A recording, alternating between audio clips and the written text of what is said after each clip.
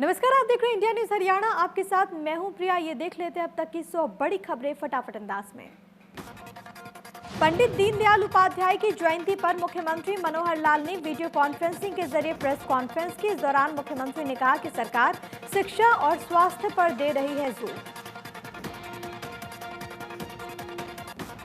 साथ ही साथ सीएम ने कहा कि हरियाणा में सरकारी योजनाओं का लाभ लोगों को मिल रहा है। साथ ही साथ उन्होंने ये भी कहा कि कोरोना काल में आत्मनिर्भर बनने का संकल्प लिया। चंडीगढ़ में बीजेपी प्रदेशाध्यक्ष ओम प्रकाश धनखड़ ने पंडित दीनदयाल उपाध्याय की जयंती पर वर्चुअल संवाद कार्यक्रम में हिस्सा लिया। इस दौरान धनखड़ ने कहा कि दीनदयाल ने जनहित के काम किए। चंडीगढ़ में कृषि मंत्री जेपी दलाल ने प्रेस कॉन्फ्रेंस की। पत्रकारों को संबोधित करते हुए कृषि मंत्री ने कहा कि प्रदेश में ग्रामीण विकास करने पर सरकार का जोर है। कृषि मंत्री ने कहा कि धान की 1121 किस्म की खरीद को लेकर सरकार प्रतिबद्ध है। मंडियों में फसल खरीद की पूरी व्यवस्था है। धान की खरीद भी सुनिश्चित की जाएगी। इसके अलावा जेपी दलाल ने कहा कि बड़ौदा में पेयजल की समस्या है, जिसे जल्द खत्म किया जाएगा। सरकार ने बड़ौदा हलके में आईएमटी लगाने को लेकर मंजूरी दी। उप मुख्यमंत्री दुष्यंत चौटाला ने कहा कि गठबंधन सरकार मजबूती के साथ चलेगी, आगे भी मिल बैठकर फैसला लेंगे। जैसे ही उपचुनाव की तारीख की घोषणा होगी, गठबंधन मजबूत उम्मीदवार चुनाव मैदान में उतारेगा, जीतेगा भी। उप मुख्यमंत्री दुष्यंत चौटाला ने कहा कि नए कानून बनने से किसानों और आढ़तियों को नुकसान नहीं, फायदा होगा। अगर एमएसपी खत्म हुई तो वो इस्तीफा दे देंगे। बर्खास्त पीटीआई आंदोलन पर कहा कि अब तो बस रिजल्ट आना बाकी है। कांग्रेस पर निशाना साधते हुए दुष्यंत ने कहा कि राजनीतिक फायदे के लिए कांग्रेस ने लोगों को 3 अध्यादेशों के खिलाफ भ्रमित करने का काम किया, लेकिन प्रदेश की जनता सब देख रही है। अब किसान ही विपक्ष को जवाब देगा।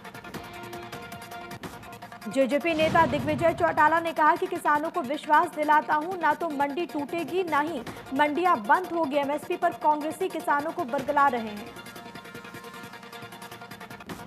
दीनदयाल उपाध्याय जयंती पर बीजेपी कार्यकर्ताओं को प्रधानमंत्री मोदी ने किया संबोधित। इस दौरान पीएम ने किसानों के प्रदर्शन को लेकर विपक्ष पर बोला हमला, कहा किसानों के कंधे पर रखकर चला रहे बंदूक। पीएम ने कहा कि जिन्होंने किसानों से झूठ बोला वही कर रहे किसानों का इस्तेमाल। साथ ही साथ ये भी कहा कि सरकार ने किसान, श्रमिकों और युवाओं के लिए उनके हित में ऐतिहासिक फैसले लिए हैं। कृषि बिलों के विरोध में किसान संगठनों ने बुलाया भारत बंद, रेल रोकने का ऐलान किया। कई राज्यों के किसानों ने भारत बंद को समर्थन देने का ऐलान किया। इससे पहले पंजाब में 3 दिवसीय रेल रोको अभियान की शुरुआत गुरुवार से हुई थी। किसान रेलवे ट्रैक पर डटे हुए हैं, बिल को वापस लेने की मांग कर रहे हैं। बिहार में कृषि बिल के विरोध में मुख्य विपक्षी पार्टी आरजेडी का प्रदर्शन। किसानों के साथ सड़कों पर उतरे तेजस्वी तेजप्रताप यादव, कृषि बिलों को वापस लेने की मांग। प्रदर्शन के दौरान तेजस्वी यादव ट्रैक्टर चलाकर विरोध में हुए शामिल। इस दौरान तेजस्वी ने कहा कि सरकार ने किसानों को बनाया कठपुतली। पंजाब में किसानों के चक्का जाम के ऐलान के बाद आने जाने वाले लोगों को काफी दिक्कतें हो रही हैं। किसानों के विरोध के चलते दिल्ली चंडीगढ़ बस सेवा भी बंद रही। गन्नौर रेलवे स्टेशन पर किसान संघ के कार्यकर्ता इकट्ठा हुए, नारेबाजी की। गन्नौर पुलिस और रेलवे पुलिस के जवान इस विरोध को देखते हुए पहले ही वहां पर मुस्तैद नजर आए। किसानों ने व्यापारियों से अपील की कि विरोध में अपनी दुकानें बंद रखें।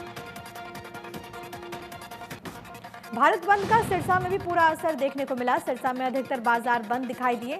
किसान संगठन अनाज मंडी में इकट्ठा हुए, जुलूस की शक्ल में बाजारों में नारेबाजी करते हुए नजर आए। किसानों के भारत बंद को कांग्रेस, इनेलो, वामपंथी, सीपीआई ने अपना समर्थन दिया। कांग्रेस नेता सुभाष जोधपुरिया ने कहा कि केंद्र सरकार ने इन तीनों काले अध्यादेशों को पारित कर किसान आढ़ती को बर्बाद कर दिया। भारत बंद के आह्वान पर यमुनानगर में बाजार खुले रहे तो किसान रेलवे ट्रैक पर डटे रहे। कहा कि जब तक अध्यादेश को वापस नहीं लिया जाता तब तक अंदर का आंदोलन जारी रहेगा। इस दौरान कोई ट्रेन नहीं आई। पुलिस ने सुरक्षा के कड़े इंतजाम किए। बस अड्डा से कुछ बसें रवाना हुई, लेकिन उन बसों को रादौर से वापस लौटा दिया गया, जिसके बाद यमुनानगर से बस सर्विस बंद कर दी गई। भारी संख्या में यात्री बस अड्डे पर बसों का इंतजार करते रहे। दिवाड़ी में भी किसान संगठनों ने सड़कों पर उतरकर सरकार विरोधी नारे लगाए। सचिवालय पर जिला उपायुक्त को राष्ट्रपति के नाम ज्ञापन सौंपकर अपील की कि ये अध्यादेश किसान हित में नहीं है, इन्हें वापस लिया जाए। कैथल में किसान इकट्ठा हुए, रोष मार्च निकालते हुए करनाल रोड बाईपास पर पहुंचे। किसानों ने चौक पर जाम लगा दिया, नारेबाजी की, उसके बाद सरकार का पुतला जलाया। किसानों के रेल रोको ऐलान के चलते किसानों ने रोहतक में झज्जर रूट को जाम कर दिया। किसानों ने सरकार से कृषि बिल्स को वापस देने की मांग की। जींद में भारतीय किसान यूनियन ने जींद हिसार सड़क मार्ग पर जाम लगा दिया। रोड पर तंबू लगाकर धरना प्रदर्शन किया, जिससे रोड पर आवाजाही बंद हो गई। किसानों का ये कहना है कि सरकार कृषि से जुड़े बिल्स को वापस ले। रानिया में भारत बंद के चलते विपक्षी पार्टियों ने मेन बाजार बंद करवा दिया। इस दौरान प्रदर्शनकारियों ने किसान और व्यापारियों के हित में नारेबाजी भी की। उचाना में किसानों ने कृषि अध्यादेश के विरोध में बंद बुलाया। इस दौरान किसानों ने लोगों से दुकानें बंद करने की अपील की। असंध में किसानों ने बंद के मद्देनजर व्यापारियों से दुकानें बंद करने की अपील की, लेकिन कई जगह बाजार खुले हुए नजर आए। अंबाला में कृषि बिल्स को लेकर भारतीय किसान यूनियन ने भारत बंद का ऐलान किया, लेकिन अंबाला में मौजूद एशिया की सबसे बड़ी होलसेल कपड़ा मार्केट में इसका मिला जुला असर देखने को मिला। भारत बंद को लेकर भारतीय किसान यूनियन के प्रदेशाध्यक्ष गुरनाम सिंह चढ़ूनी ने व्यापारियों से अपील करते हुए कहा कि सभी व्यापारी दुकानें बंद रखकर किसानों का साथ दें, लेकिन कई जगह व्यापारियों ने दुकानें खोली। कुरुक्षेत्र के शाहबाद मारकंडा के गांव दाऊ माजरा में किसानों ने कृषि बिल्स को लेकर विरोध जाहिर किया। पिपली में किसानों ने लोगों से दुकानें बंद करने की अपील की। भारत बंद का करनाल में भी असर दिखाई दिया। जिले में कई जगह जाम की स्थिति से लोगों को निपटना पड़ा। मेरठ रोड पर सैकड़ों किसानों ने जाम लगा दिया, बिल वापस लेने की मांग की गई। जाम की सूचना मिलते ही डीएसपी दल बल के साथ मौके पर पहुंचे। ड्यूटी मजिस्ट्रेट तहसीलदार भी साथ आए। किसानों से जाम खोलने की अपील की, लेकिन किसानों ने नारेबाजी करते हुए बिल वापस लेने की मांग की। हिसार में भी किसानों ने लघु सचिवालय के सामने राजगढ़ की ओर जाने वाले रोड को जाम कर दिया। पुलिस ने सिवानी और राजगढ़ से आने वाले वाहनों को साउथ बाईपास की तरफ डाइवर्ट किया। इंद्री में किसान यूनियन के आह्वान पर पूरे शहर को बंद किया गया। बंद में सर्व कर्मचारी संघ के नेताओं और कांग्रेसी नेताओं ने किसानों का साथ दिया। अध्यादेश के खिलाफ किसानों ने प्रदर्शन किया।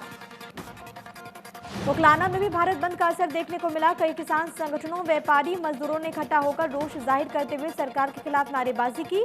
जुलूस निकालते हुए बस स्टैंड के सामने जाम लगा दिया। हरियाणा बंद के दौरान गोहाना में मदीना चौक पर सर्व कर्मचारी संघ और किसान यूनियन के सदस्यों ने सड़क को रोककर वहां पर जाम लगा दिया। अध्यादेश को लेकर नारेबाजी करते हुए अध्यादेश को वापस लेने की मांग की। जींद में कृषि कानूनों के विरोध में भारतीय किसान यूनियन के आह्वान पर किसानों ने जींद कैथल रोड पर जाम लगा दिया। बिल को किसान विरोधी बताया। भिवानी में किसान संगठनों ने सरकार की शव यात्रा निकाली। हांसी ड्रिल गेट पर पुतला दहन किया। किसान संगठनों की ओर से सभा भी की गई, जिसकी अध्यक्षता किसान नेताओं ने की। सीएम मनोहर लाल ने ट्वीट करते हुए ताऊ देवीलाल को श्रद्धांजलि दी। लिखा कि लोकप्रिय नेता और पूर्व उप प्रधानमंत्री चौधरी देवीलाल जी को उनकी जयंती पर विनम्र नमन। उनका योगदान सदैव हम सभी की स्मृतियों में रहेगा। भिवानी में चौधरी देवीलाल की जयंती पर कार्यक्रम का आयोजन हुआ, जिसमें उप मुख्यमंत्री दुष्यंत चौटाला ने शिरकत की। जहां पर दुष्यंत चौटाला ने चौधरी देवीलाल की प्रतिमा पर फूल अर्पित कर श्रद्धांजलि दी। जेजेपी नेता दिग्विजय चौटाला ने कहा कि देश भर में ताऊ देवीलाल के 107वें जन्मदिन पर रक्तदान शिविर लगाए गए। वो किसानों के मसीहा थे, उन्होंने किसानों के हितों में काम किए। कुरुक्षेत्र में ब्रह्म सरोवर के तट पर योग भवन में जेजेपी ने ताऊ देवीलाल के जन्म दिवस को रक्तदान शिविर के रूप में मनाया। इस मौके पर पूर्व विधानसभा स्पीकर सतवीर कादियान ने शिरकत की और कई लोगों ने रक्तदान भी किया। किसानों को लेकर सतवीर कादियान ने कहा कि लोगों ने अध्यादेश को पढ़ा नहीं है, न कांग्रेस के नेताओं ने पढ़ा है। पूर्व विधानसभा स्पीकर से पूछा गया कि उनकी पार्टी के विधायक भी किसानों के समर्थन में खड़े हैं, तो उन्होंने कहा कि सब राजनीति है। पंचकुला में पूर्व उप प्रधानमंत्री ताऊ देवीलाल का 107वां जन्म दिवस इनेलो कार्यकर्ताओं ने मनाया। कार्यक्रम में इनेलो प्रदेशाध्यक्ष नफे सिंह राठी शामिल हुए। सभी कार्यकर्ताओं ने ताऊ देवीलाल की प्रतिमा पर पुष्प अर्पित किए। महम में जेजेपी कार्यकर्ताओं ने गांव खरकड़ा में चौधरी देवीलाल की प्रतिमा पर फूल अर्पित कर श्रद्धांजलि दी। इस दौरान जेजेपी जिलाध्यक्ष बलवान सुहाग ने बताया कि पूरे चौधरी देवीलाल किसान, गरीब परिवार, मजदूरों के मसीहा थे। पूर्व उप प्रधानमंत्री चौधरी देवीलाल की जयंती पर बल्लभगढ़ के अनाज मंडी में रक्तदान शिविर का आयोजन हुआ, जिसमें पूर्व मंत्री और जेजेपी के वरिष्ठ नेता हर्ष कुमार ने शिरकत की। इस रक्तदान शिविर में 107 यूनिट इकट्ठा करने का रखा गया है लक्ष्य। नारनौल में जेजेपी ने रक्तदान शिविर लगाकर ताऊ देवीलाल का जन्म दिवस मनाया। कार्यक्रम के मुख्य अतिथि हरियाणा विधानसभा के पूर्व डेप्यूटी स्पीकर आजाद मोहम्मद रहे। रक्तदान शिविर में 107 यूनिट रक्त का लक्ष्य रखा गया।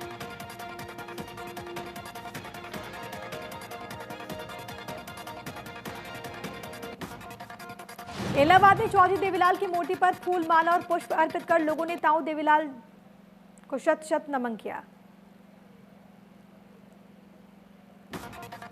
सिरसा की जाट धर्मशाला में राज्य मंत्री और उकलाना से विधायक अनूप धानक ने ब्लड कैंप का उद्घाटन किया। अनूप धानक ने खुद भी रक्तदान किया। इसके अलावा जेजेपी पदाधिकारियों ने रक्तदान कर ताऊ देवीलाल को नमन किया।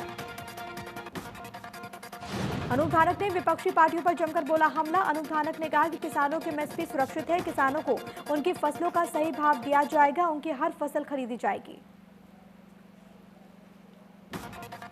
सिरसा में पूर्व उप प्रधानमंत्री देवीलाल की 107वीं जयंती पर कार्यक्रम का आयोजन हुआ, जिसमें जेजेपी के राष्ट्रीय महासचिव राधेश्याम शर्मा और जिला अध्यक्ष सर्वजीत सिंह ने ताऊ देवीलाल की प्रतिमा पर माल्यार्पण कर श्रद्धांजलि दी। पलवल में ताऊ देवीलाल के जन्म दिवस पर जेजेपी और रोटरी क्लब की तरफ से रक्तदान शिविर का आयोजन हुआ। इस मौके पर शाहबाद के विधायक रामकरण काला ने मुख्य अतिथि के तौर पर शिरकत की। रक्तदाताओं का हौसला बढ़ाया।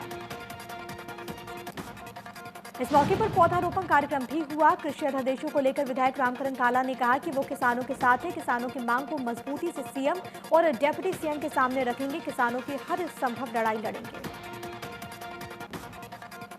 प्रदेश में कोरोना के 1698 मामले रिपोर्ट हुए हैं। कुल आंकड़ा 1,18,000 के पार हो गया। 24 घंटे में 22 लोगों की मौत हो गई। 98,000 से ज्यादा लोग अब तक हो चुके हैं ठीक। सिरसा में कोरोना से एक महिला की मौत हो गई। जिले में मौतों का आंकड़ा 56 हो गया है। 82 नए मामले आए सामने। Total positive case 3,437। जिले में 988 केस एक्टिव हैं।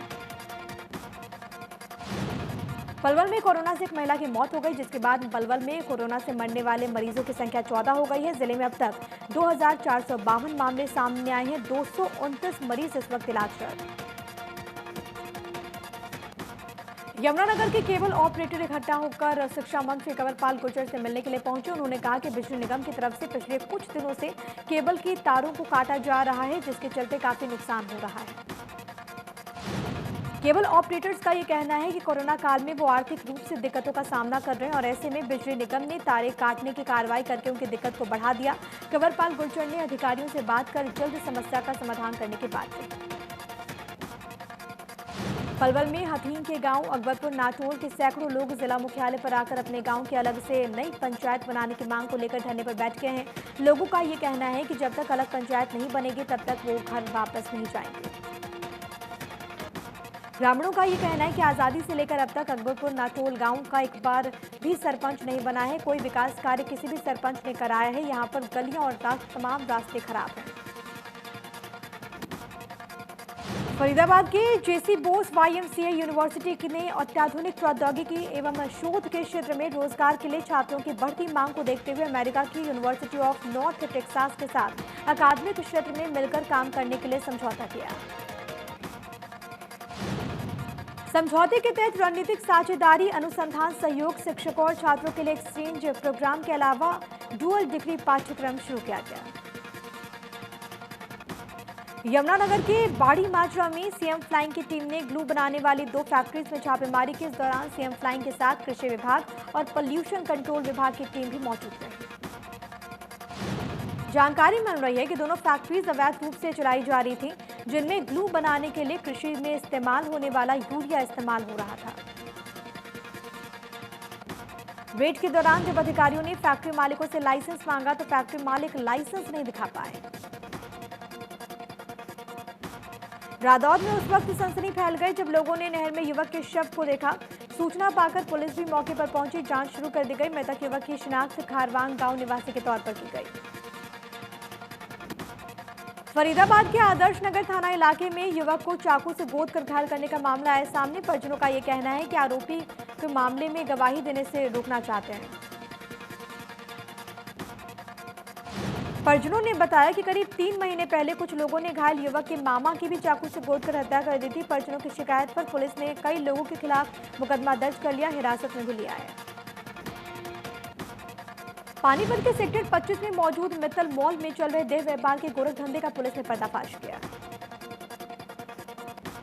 पुलिस की रेड के दौरान सपा सेंटर से 1 दर्जन से ज्यादा लड़कियां मिली हैं जो कि देह व्यापार में शामिल थी। इसके अलावा स्पा सेंटर से पुलिस ने कई आपत्तिजनक चीजें भी बरामद की। बिहार में विधानसभा चुनाव की तारीखों का ऐलान हो चुका है। चुनाव आयुक्त ने प्रेस कॉन्फ्रेंस करते हुए बताया कि बिहार में 28 अक्टूबर से 3 चरण में चुनाव होंगे। 28 अक्टूबर को पहले चरण, 3 नवंबर को दूसरे चरण और 7 नवंबर को तीसरे चरण का चुनाव होगा। चुनाव के नतीजे 10 नवंबर को आएंगे। चुनाव आयुक्त ने पत्रकारों से बातचीत में बताया कि बिहार में वोटिंग सुबह 7 बजे से शाम 6 बजे तक होगी। एक बूथ पर 1000 मतदाता ही वोट कास्ट कर पाएंगे।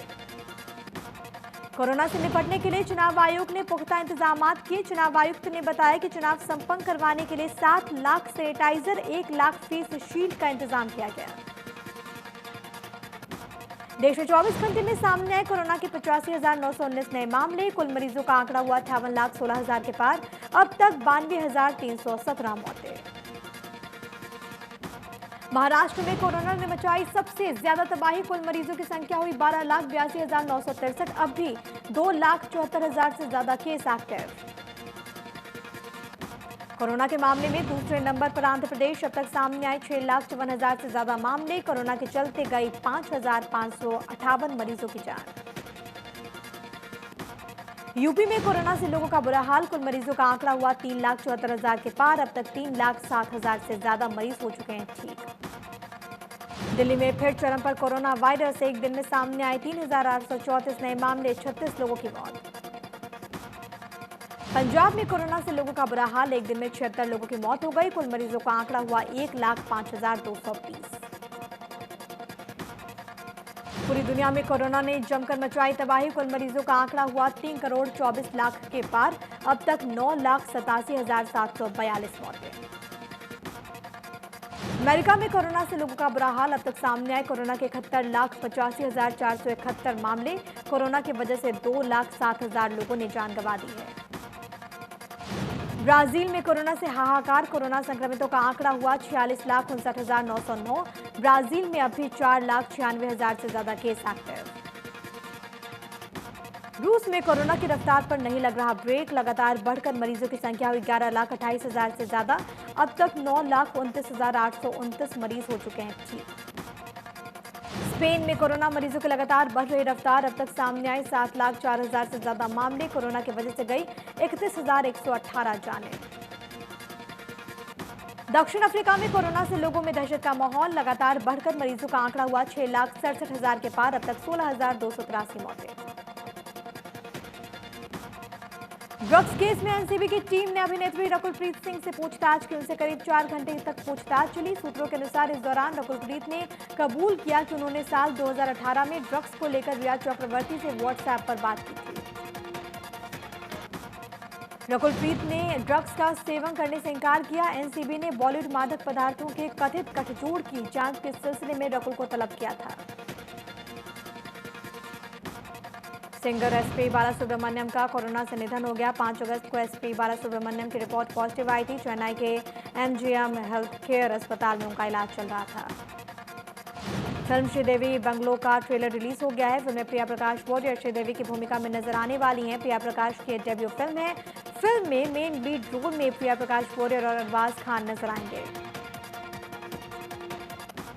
48वें इंटरनेशनल एमी अवार्ड्स के नॉमिनेशन जारी हो चुके हैं और इनमें से भारत की 2 वेब सीरीज ने भी जगह बनाई है। दिल्ली क्राइम और प्राइम वीडियो की सीरीज 4 मोर शॉट्स प्लीज को नॉमिनेट किया गया है। वहीं web series made in heaven fame actor Arjun Mathur को बेस्ट एक्टर अवार्ड के लिए नॉमिनेट किया गया।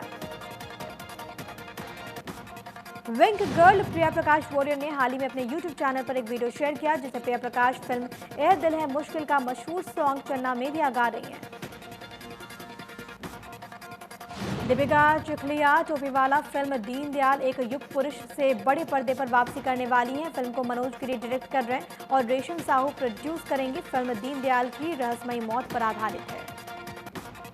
नूरा फतेही अपने डांस से स्टेज पर खूब तहलका मचाती हैं। नूरा का एक थ्रोबैक वीडियो सोशल मीडिया पर छाया हुआ है। वीडियो में नूरा फेविकोल सॉन्ग पर धमाकेदार बेली डांस करती हुई नजर आ रही है। नेहा पेंटर्स एंड टीवी के फेम्स कॉमेडी शो भाभी जी घर पर हैं में नजर आने वाली हैं। नेहा पेंट से इस शो में सौम्या टंडन को रिप्लेस करने वाली है। 5 साल से सौम्या टंडन इस शो से जुड़ी हुई हैं। उर्वशी रौतेला का एक थ्रोबैक वीडियो खूब छाया हुआ है जिसमें उर्वशी रौतेला ठुमका सॉन्ग पर कोरियोग्राफर आवेश दरबार के साथ जोरदार डांसिंग मूव्स करते हुए नजर आती है। संजय दत्त की तीसरी कीमोथेरेपी 30 सितंबर से शुरू होने वाली है जिसके लिए संजय का मुंबई में रहना जरूरी है। हाल ही में पत्नी मान्यता के साथ संजय दत्त बच्चों से मिलने के लिए दुबई गए हुए हैं। ऐसे में माना यह जा रहा है कि वो जल्द ही मुंबई लौटेंगे, कीमोथेरेपी लेंगे। माधुरी दीक्षित का एक डांस वीडियो इंटरनेट पर छाया हुआ है जिसमें माधुरी तम्मा तम्मा सॉन्ग पर जोरदार अंदाज में डांस करती हुई नजर आ रही हैं। माधुरी दीक्षित के डांस वीडियो को YouTube पर 1 करोड़ 15 लाख से ज्यादा बार देखा जा चुका है।